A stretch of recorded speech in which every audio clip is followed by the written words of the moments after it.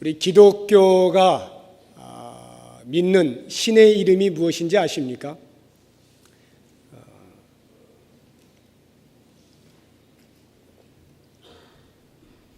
신앙생활을 오래 하신 분들은 당연히 아시겠지요만은 이제 막 신앙생활 하신 분들은 고개를 갸우뚱하실 수도 있어요. 내가 믿는 신의 이름이 무엇인가? 좀 여러 가지 우리가 말을 하고 있지 않습니까? 그래서 무엇이 정확한 이름인지 잘 모를 수가 있는데, 히브리어를 그대로 말하자면 야훼, 그리고 우리 한국말에서 이렇게 한국 성경이 번역하고 있는 것에 의하면 여호와, 이것이 우리가 믿는 신의 이름입니다. 그러면 하나님이라고 할 때 하나님은 무엇일까요? 그 하나님이라는 말은 신을 부를 때 쓰는 말입니다. 다시 말하면 신을 영어로 God이라고 하잖아요. God, God이라고 하는데 이 God을 한국말로 번역할 때 어떤 곳은 신 이렇게 번역한 곳도 있지만 대부분은 하나님 이렇게 번역을 해 놓았습니다. 그러니까 만약에 여호와 하나님 이렇게 부른다면 그것은 여호와라고 하는 이름을 가지신 신이시여 라고 말하는 것과 같습니다. 그렇다고 하면 신을 그냥 신이라 번역하지 아니하고 왜 하나님이라 번역을 했을까요? 거기에는 그만한 이유가 있습니다.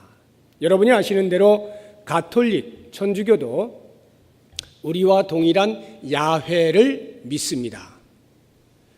그런데 그들은 하나님이라 부르지 않아요. 하느님이라 부릅니다. 또는 천주님, 그래서 천주교라고 말하는데 천주님 이렇게 부릅니다.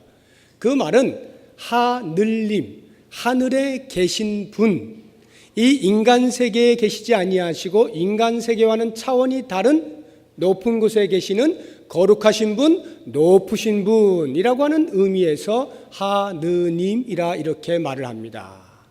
그런데 아이러니컬하게도 고대 부족 사회들을 보면 그 가운데서도 하늘 신을 섬긴 많은 부족들이 있었던 것을 알 수가 있습니다.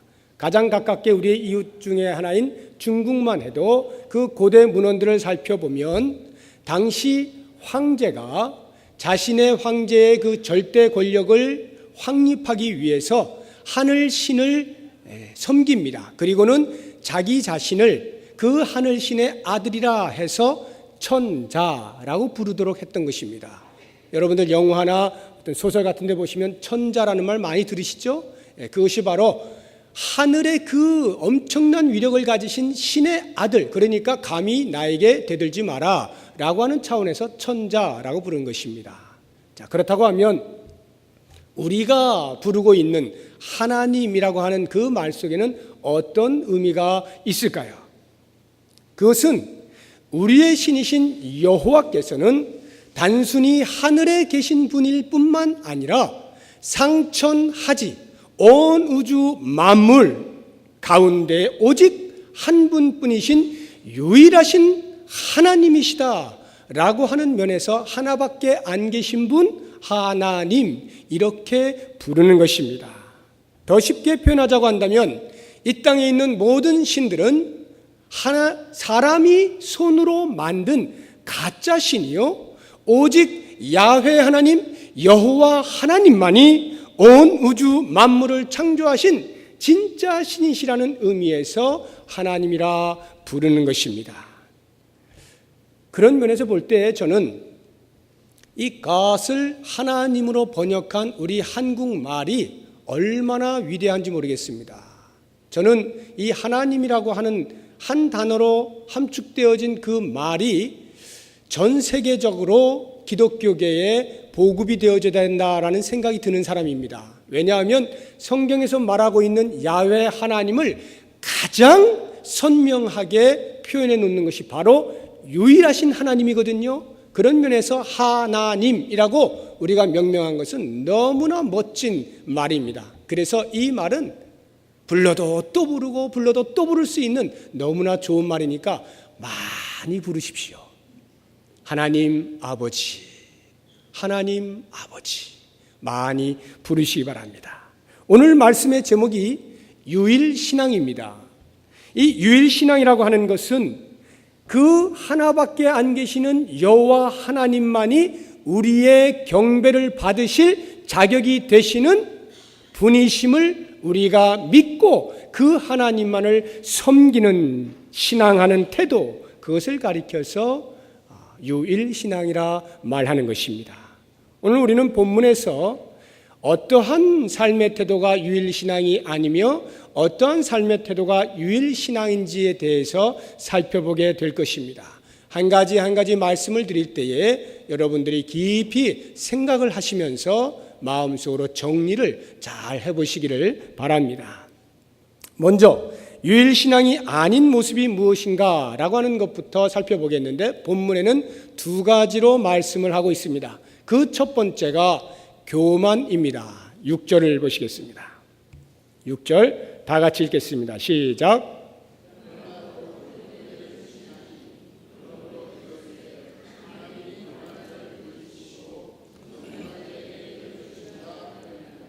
이 말씀은 잠언 3장 34절의 말씀을 인용한 거예요.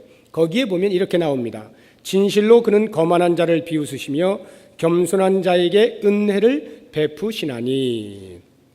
그러니까 본문 6절에 나오는 교만이라고 하는 단어나 잠언 3장 34절에 나오는 거만이라고 하는 단어, 이 단어들을 어원적으로 살펴보게 되면 어떤 뜻을 갖게 되느냐면 남의 위에 서서 자기를 나타내는 행위라는 뜻을 갖게 됩니다. 이 교만은 1절에 나오는 정욕이라고 하는 말과 깊은 관계가 있습니다. 1절을 보십시오. 같이 읽어보겠습니다. 너희 중에 싸움이 어디로부터, 다툼이 어디로부터 나느냐? 너희 지체 중에서 싸우는 정욕으로부터 나는 것이 아니냐. 여기서 말하고 있는 이 정욕이란 다른 말로 하면 쾌락이라 할 수 있는데, 이 쾌락은 사전적 정의에 따르면 감성의 만족, 욕망의 충족에서 오는 유쾌하고 즐거운 감정, 이렇게 정의되어집니다. 그런데 1절을 보면 공동체 안에서의 싸움과 다툼이 바로 이 정욕, 즉 쾌락으로부터 발생한다고 말하고 있는 것입니다. 왜 그런가? 2절을 보시면 답이 나오는데, 너희는 욕심을 내어도 얻지 못하여 살인하며 시기하여도 능히 취하지 못함으로 다투고 싸우는도다. 이 2절 말씀을 잘 이해하셔야 됩니다.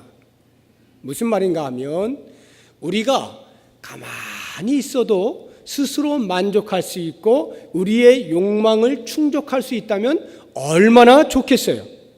나 혼자만의 감정의 노력으로 그러한 것들을 얻을 수만 있다면 얼마나 좋겠습니까?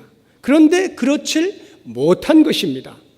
욕심을 내어도 얻지를 못한다고 성경은 말하고 있는 것입니다. 아무리 시기를 해도 저절로 그 쾌락이 손에 잡혀지지 않는다라고 말합니다. 왜 그렇습니까? 쾌락이라고 하는 것은 본질상 다른 사람과의 비교에 의해서 얻어질 수 있는 것이기 때문에 그렇습니다.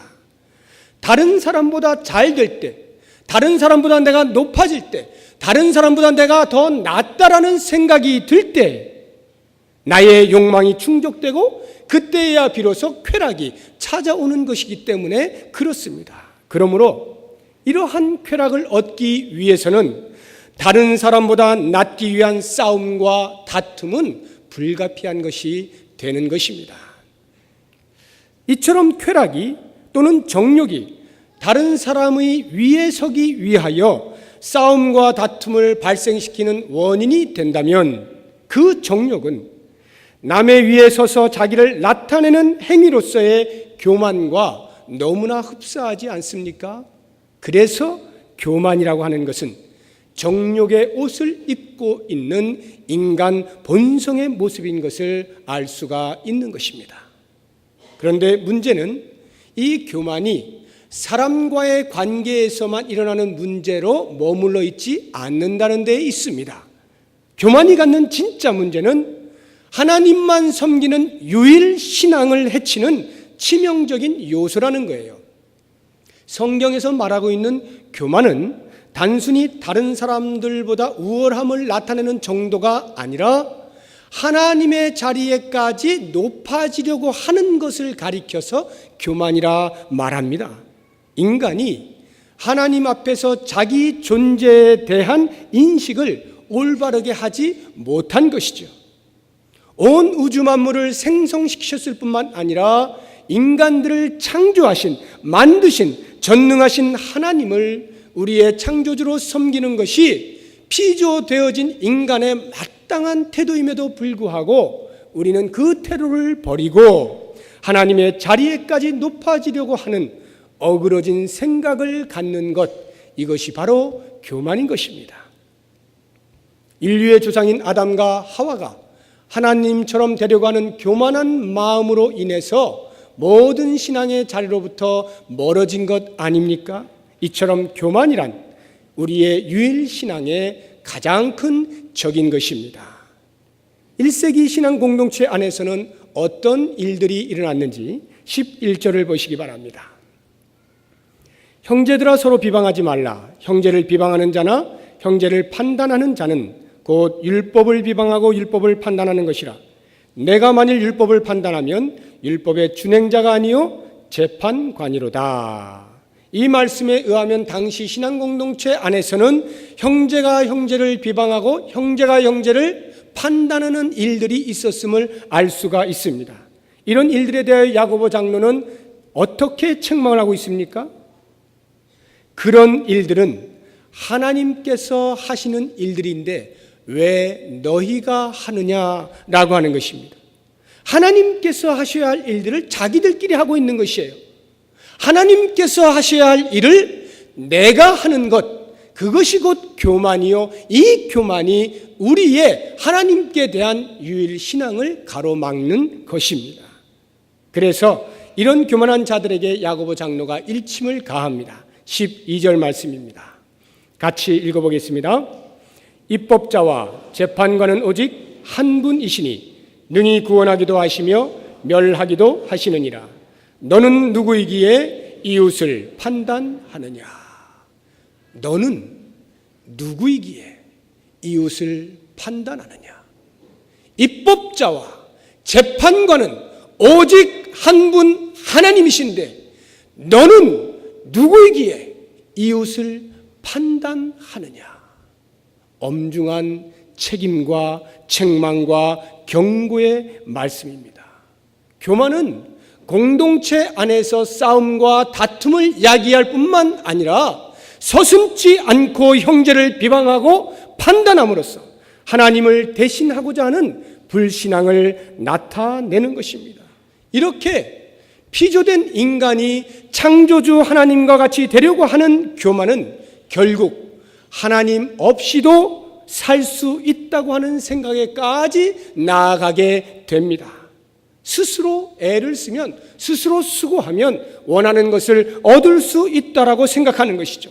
그러다 보니까 때로는 마음먹은 대로 되지 아니할 때에 수단과 방법을 가리지 않게 되는 것입니다. 오직 내 자신의 욕망을 채울 수만 있다면 어떠한 방법을 동원해서라도 손에 쥐고야 말겠다, 무엇이든지 하겠다라고 하는 것이죠. 이런 사람이 과연 하나님께 나아가겠습니까? 결코 하나님께 나아가지 않습니다. 그래서 2절 하반절을 보시면 너희가 얻지 못함은 구하지 아니하기 때문이요 라고 말씀하고 있는 것입니다. 교만한 인간은 하나님을 무시하여서 하나님께 조언을 구하지 않습니다. 하나님께 도움을 요청하지 않습니다. 교만한 인간에게는 하나님은 이미 안중에도 없어요. 기도를 하지 않습니다. 기도는 오직 나약하고 구차하고 공짜를 좋아하는 파렴치한 사람들이나 하는 것으로 생각할 뿐입니다. 목이 뻣뻣하게 굳어 있는 것입니다. 이와 같은 교만한 태도는 하나님만을 온전히 섬기는 유일신앙과는 가장 먼 거리에 있는 모습인 것입니다. 이제 유일신앙이 아닌 두 번째 모습으로 여러분들께 말씀드리고 싶은 것은 영적 간음입니다. 4절을 보십시오. 함께 읽어보겠습니다. 간음한 여인들아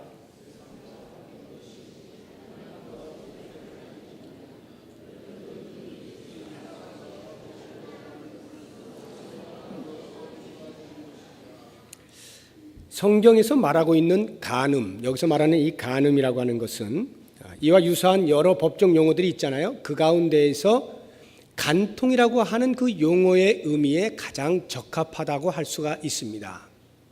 사회에서 말하는 그 법적 용어 해석을 할 때 간통을 어떻게 해석하냐면 배우자가 있는 사람이 비혼인 관계에 있는 자와 부정한 행위를 하는 경우를 가리켜서 간통이라 말합니다.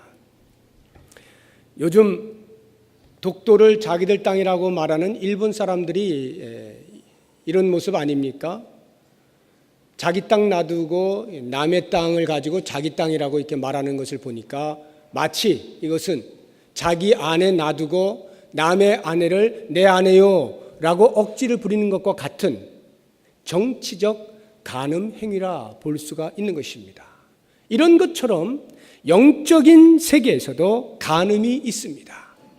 예수 그리스도의 신부가 된 성도들이 예수님만을 신랑으로 온전히 바라보고 섬기지 아니한 채 세상과 벗삼고 세상의 마음이 빼앗긴 것, 이것이 곧 영적 간음인 것입니다. 이 영적 간음을 좀 더 쉽게 표현하자고 한다면 양다리를 걸치는 것입니다. 하나님과 세상에 각각 한 발을 놔두고 이리로 갔다가 저리로 갔다 왔다 갔다 양쪽을 다 부여잡는 것, 이것이 영적 간음입니다. 제가 이런 말씀을 드리면 가장 크게 오해하는 부분이 이런 것들이에요.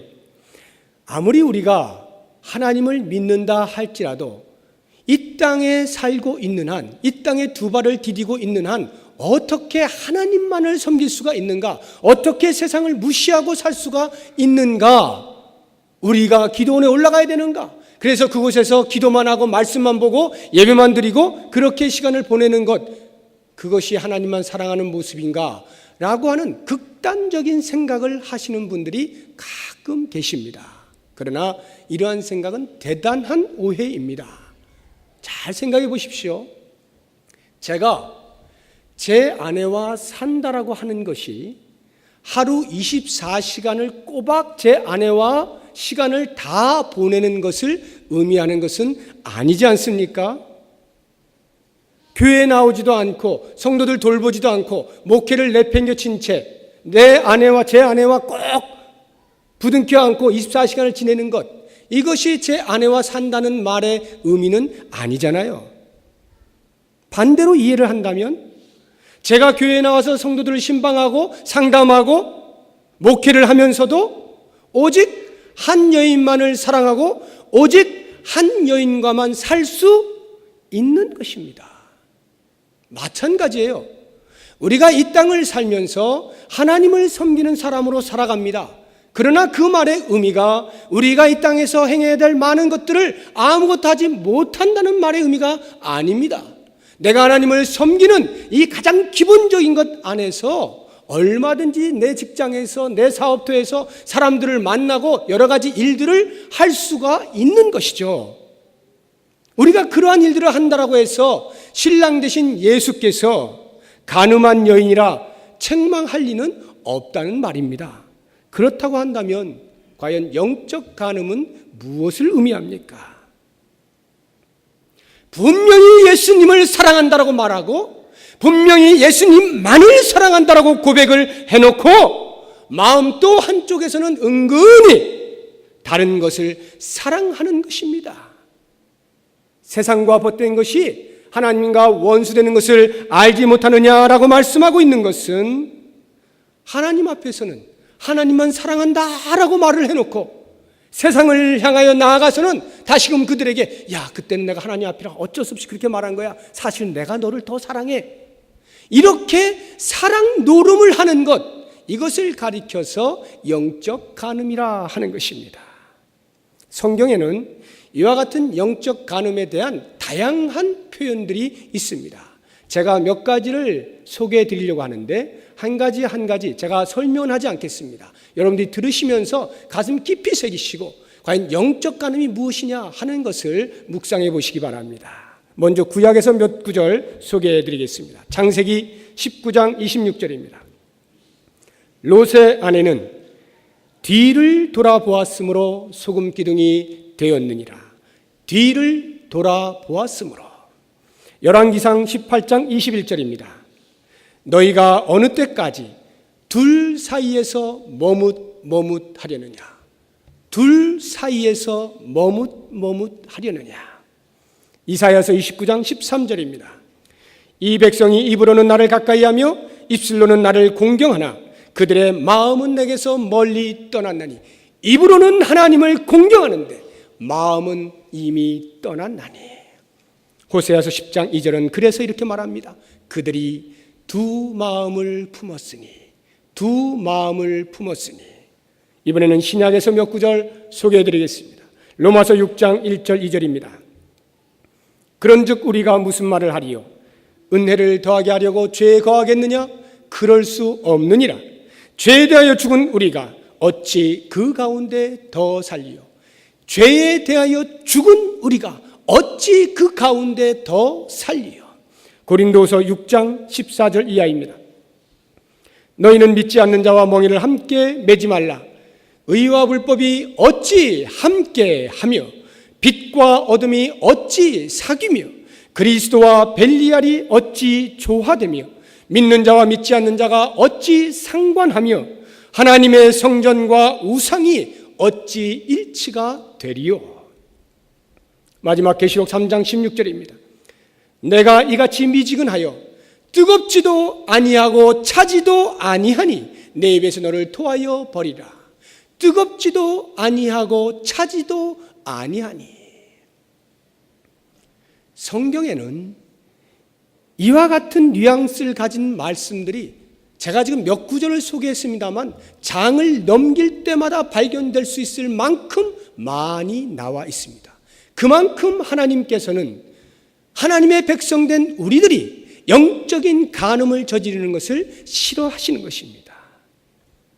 20세기에 이 시대의 선지자라고 하는 별명을 가진 에이든 토저라고 하는 목사님이 계셨어요. 그분이 20세기 중반에 휘튼 대학의 대학생들을 대상으로 말씀을 전할 때 이와 같이 지적을 하였습니다. 기독교의 최대의 적은 물질주의나 자유주의가 아니라 그리스도를 닮지 않은 그리스도인들이다. 다시 한번요. 기독교의 최대의 적은 물질주의나 자유주의가 아니라 그리스도를 닮지 않은 그리스도인들이다. 무슨 말입니까? 이름은 그리스도인이라 하는 것을 가졌는데 그리스도를 전혀 닮지 않은 사람, 하나님을 믿는다 하는데 하나님을 전혀 사랑하지 않는 사람, 이러한 영적 간음이 하나님을 향한 유일 신앙을 해치는 것이고 기독교의 치명적인 독이 된다라고 말씀하고 있는 것입니다. 그래서 이 토조 목사님은 당시의 학생들에게 다음과 같은 강력한 도전을 하였습니다. 당신들은 세상에 적당히 적응하면서 현재 미지근한 상태에 계속 머물 수 있다고 생각하십니까? 만약 여러분들이 그렇게 생각한다면 나는 여러분들에게 이렇게 묻지 않을 수 없습니다. 현재 미지근한 상태에 계속 머물면서 여러분들은 하나님의 말씀에 순종하고 진리를 깨닫고 신앙의 열매를 맺고 승리의 삶을 살고 전도의 열매를 맺고 평안히 죽어서 그리스도를 떳떳하게 만날 수 있다고 생각하는가? 여러분들은 결코 그렇게 할 수 없다. 더 솔직히 말해서 여러분 자신도 그렇게 할 수 있다고 믿지 않습니다. 이것이 토저 목사님의 외침이었습니다. 그렇습니다. 어느 누가 밖에서 부정을 저지르고 집에 들어와서 그 배우자를 똑바로 쳐다볼 수가 있겠습니까? 이 땅에 있는 동안에 이 땅을 사랑하면서 온갖 것들을 사랑하면서 살아가다가 하나님 나라에 들어가서 아무 일 없었다는 듯이 신랑 되신 예수님을 만나기란 여간 어려운 일이 아닌 것입니다. 반대로 한번 생각해 보십시오. 어느 누가 부정을 저지르고 들어온 배우자를 아무 일 없었다는 듯이 맞이할 사람이 있겠습니까? 절대 그럴 수 없죠. 특히 배우자를 지극히 사랑하면 사랑한 사람일수록 그 배우자의 부정은 말할 수 없는 질투로 이글거리게 되어 있는 것입니다. 이 질투심은 지극히 정상적인 것이죠. 왜냐하면 부부 관계란 배타적인 사랑이 허용되는 유일한 장소이기 때문에 그렇습니다. 5절을 보십시오.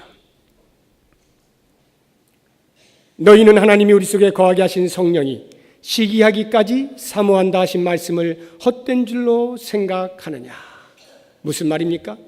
만약 우리가 하나님과 세상 사이를 오가면서 적당히 이중생활을 한다면 하나님께서는 질투심에 견디시지 못한다는 말입니다. 출애굽기 20장을 보시면 10계명이 나오는데 5절에 그 10계명 가운데 두 번째 계명을 말씀하시면서 하나님께서는 당신 자신을 질투하는 하나님이라 소개하고 있습니다. 질투하는 하나님. 그리고는 우상들을 만들지도 말고 그 앞에 절하지도 말고 섬기지도 말라고 엄명을 하셨습니다. 이렇게 당신 자신을 질투하는 하나님이라 표현하고 있는 것은 하나님과 하나님의 백성된 성도, 우리는 그 사이에 어떤 다른 사랑이 결코 개입될 수 없는 독점적인 사랑, 배타적인 사랑, 절대적인 사랑으로 맺어진 관계임을 극단적으로 강조하는 말씀입니다. 그런데 만약 우리가 하나님의 질투를 유발할 만큼 하나님 아닌 세상의 어떤 것에 마음이 빼앗겼다고 가정한다면 그러한 상태에서 과연 누가 하나님께 무엇을 구할 수 있겠습니까? 3절을 보십시오. 구하여도 받지 못함은 정욕으로 쓰려고 잘못 구하기 때문이라. 구하여도 받지 못함은 정욕으로 쓰려고 잘못 구하기 때문이라. 왜 우리가 열심히 기도하고 하나님의 도우심을 구함에도 불구하고 얻지를 못합니까? 그것은 경우가 없는 기도이기 때문에 그런 것입니다. 이것은 마치 자기 배우자에게 나 다른 사람 좀 사랑하려고 하는데 돈이 필요하니까 한 100만 원만 주시오. 이렇게 말을 하는 것과 같은 이치인 것입니다. 어느 누가 자기 아닌 다른 사람을 사랑하겠노라고 돈을 달라고 하는데 그 요청에 들어줄 사람이 있겠습니까? 얼마나 부자이면 그것을 들어줄 수 있습니까? 있을 수 없는 일이죠. 이와 같이 하나님 아닌 자신의 욕망을 채우기 위하여 하나님께 무엇을 구한다면 하나님께서는 결코 들어주실 수 없는 것이죠. 이름만 걸어놓은, 이름만 예수 그리스도인 이와 같은 영적 간음의 상태에서는 우리는 결코 유일신앙을 가질 수 없는 것임을 명심해야 하는 것입니다. 그렇다고 한다면 과연 어떻게 사는 것이 유일신앙으로 사는 삶의 모습이겠습니까? 어떻게 사는 것이 하나님만을 섬기는 것이고 어떻게 사는 것이 하나님의 부으신 은혜를 입으며 사는 신앙의 모습이겠습니까? 본문 7절에서 10절의 말씀에서 우리에게 들려주고 있습니다. 제가 간단하게 하나씩 살펴볼 텐데 그 말씀 가운데서 여러분 스스로 깊이 묵상하시면서 잘 새겨서 들으시기 바랍니다. 먼저 7절을 보시겠습니다. 같이 읽습니다. 그런즉 너희는 하나님께 복종할지어다. 마귀를 대적하라. 그리하면 너희를 피하리라. 유일신앙이라고 하는 것은 하나님께 복종하는 태도를 갖는다는 것을 말씀하고 있습니다. 복종한다라고 하는 말은 통치자의 다스림을 전적으로 수용하고 행동하는 것을 의미합니다. 하나님께서 우리를 다스리실 때 우리는 우리의 삶 전 영역을 내어드리고 기꺼이 그 다스림에 따라 사는 것이 하나님께 복종한다는 말씀의 의미인 것입니다. 결코 부분적이거나 선택적인 순종이 아닌 전적인 순종, 이것이 바로 유일신앙이에요. 우리가 이렇게 하나님을 신앙할 때 마귀는 우리를 피해 갈 수밖에 없습니다. 하나님께 복종한다는 것 자체가 마귀를 대적하는 행위가 되기 때문에 그렇습니다. 그래서 우리가 얼마만큼 하나님께 전심으로 복종하느냐에 따라서 마귀가 우리 앞에서 얼마만큼 힘을 못 쓰느냐가 결정이 되는 것입니다. 다음으로 8절을 보시겠습니다. 같이 읽습니다. 하나님을 가까이 하라. 그리하면 너희를 가까이 하시리라. 죄인들아 손을 깨끗이 하라. 두 마음을 품은 자들아 마음을 성결하게 하라.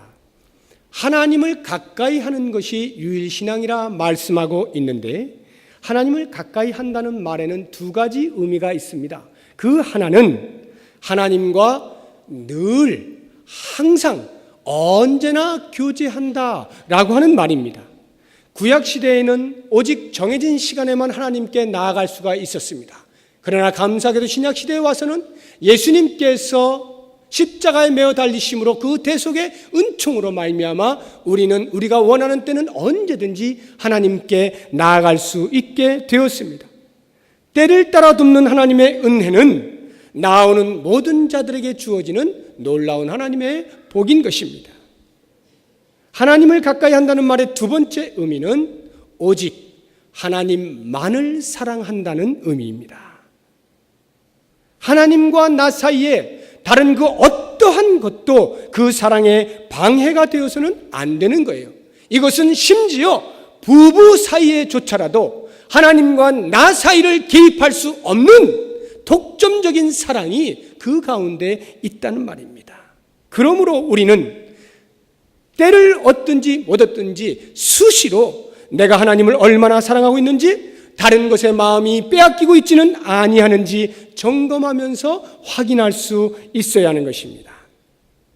이렇게 하나님께 가까이 나아가기 위해서는 반드시 정결을 우선으로 합니다. 손을 깨끗이 하라, 마음을 성결하게 하라, 이와 같은 말들은 같은 의미로서 유일신앙을 가진 성도는 하나님 앞에서 언제나 자신의 죄악을 회개하고 그리스도의 보혈의 피로 깨끗이 씻김 받아야 하는 것을 가르치는 것입니다. 이제 9절은 그 회개를 한층 더 강조하여 말씀하고 있습니다. 같이 읽어보겠습니다. 슬퍼하며 애통하며 울지어다. 너희 웃음을 애통으로, 너희 즐거움을 근심으로 바꿀지어다. 하나님만 섬기는 유일신앙은 철저한 회개를 동반하는 것임을 천명하고 있는 말씀입니다. 유사한 의미를 가진 세 개의 단어가 연속적으로 반복되어서 사용되고 있지 않습니까? 슬퍼하며, 애통하며, 울지어다. 슬퍼하며, 애통하며, 울지어다. 이 말의 의미는 우리가 회개를 하되 적당히 하는 것이 아니라 철저하고 즉각적이고 단호하게 해야 한다는 것을 촉구하는 말씀인 것입니다. 죄에 오염된 자신의 모습을 발견하게 될 때 거룩하신 하나님 앞에 대성통곡할 수 있는 그것이 바로 유일신앙인 것입니다. 죄에 대한 탐닉과 쾌락으로 인하여서 찾아오는 거짓된 웃음과 즐거움을 내어버리고 진정으로 통회하고 자복할 때 비로소 우리의 영혼은 다시 살아날 수가 있는 것입니다. 마지막 10절을 보겠습니다. 같이 읽습니다. 주 앞에서 낮추라. 그리하면 주께서 너희를 높이시리라. 하나님만 섬기는 유일신앙은 반드시 겸손한 자세를 갖게 되어 있습니다. 성경에서 말하는 겸손이란 교만과 정반대라고 이해를 하시면 되겠습니다. 피조물인 인간이 창조주이신 하나님을 바르게 인식하고 섬기는 것을 가리켜 겸손이라 합니다. 하나님 없이는 잠깐도 살 수 없다라고 고백하는 삶의 자세가 곧 겸손입니다. 한 걸음 더 나아가서 하나님께서 받으셔야 할 영광을 내가 가운데에서 가로채지 아니하는 것, 이것이 곧 성경이 말하는 겸손의 모습입니다. 사랑하는 성도 여러분, 오늘 저는 여러분들과 함께 어떠한 삶의 모습이 유일신앙이며 어떠한 삶의 모습이 유일신앙이 아닌가에 대해서 한 가지 살펴보았습니다. 여러분들께서 시간을 따로 내어서 다시 한번 하나하나 곱씹어 보시면서 마음속에 깊이 묵상을 하시면서 오직 여호와 하나님 한 분만을 사랑하고 오직 여호와 하나님 한 분만을 섬기고 오직 여호와 하나님 한 분만을 신앙하기로 결단할 수 있는 놀라운 복이 저와 여러분 모두에게 있어지기를 그리스도의 이름으로 축원합니다. 기도하겠습니다. 하나님 아버지, 그렇게 살겠습니다. 하나님 한 분만을 섬기며 살겠습니다. 하나님 한 분만을 사랑하며 살겠습니다. 여호와 하나님 한 분만을 신앙하며 살겠습니다. 우리에게 힘을 허락하여 주시옵소서. 예수 그리스도의 이름으로 기도드립니다. 아멘.